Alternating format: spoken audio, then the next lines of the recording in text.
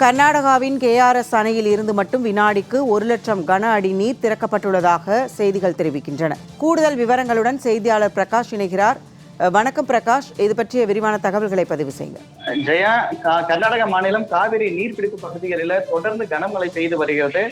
இதன் காரணமாக அங்க இருக்கக்கூடிய நீர்நிலைகள் அனைத்தும் நிரம்பி வழிகிறது. குறிப்பாக கிருஷ்ணராஜசாகர் அணை மற்றும் கபினி அணை ஆகிய இரு அணைகளுமே தற்போது முழு கொள்ளளவை எட்டி இருப்பதன் காரணமாக அந்த அணைகளுக்கு வரக்கூடிய நீர் அனைத்துமே அப்படியே வெளியேற்றப்பட்டு வருகிறது.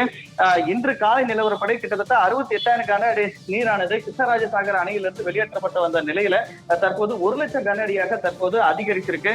மேலும் வந்து கபினி அணையிலிருந்து 19,250 கன அடி நீர் தற்போது வெளியேற்றப்பட்டு வருகிறது.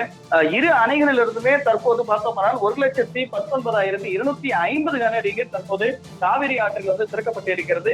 இதன் காரணமாக காவிரி ஆற்றில் தற்போது வெள்ளப்பெருக்கு ஏற்பட்டிருக்கிறது.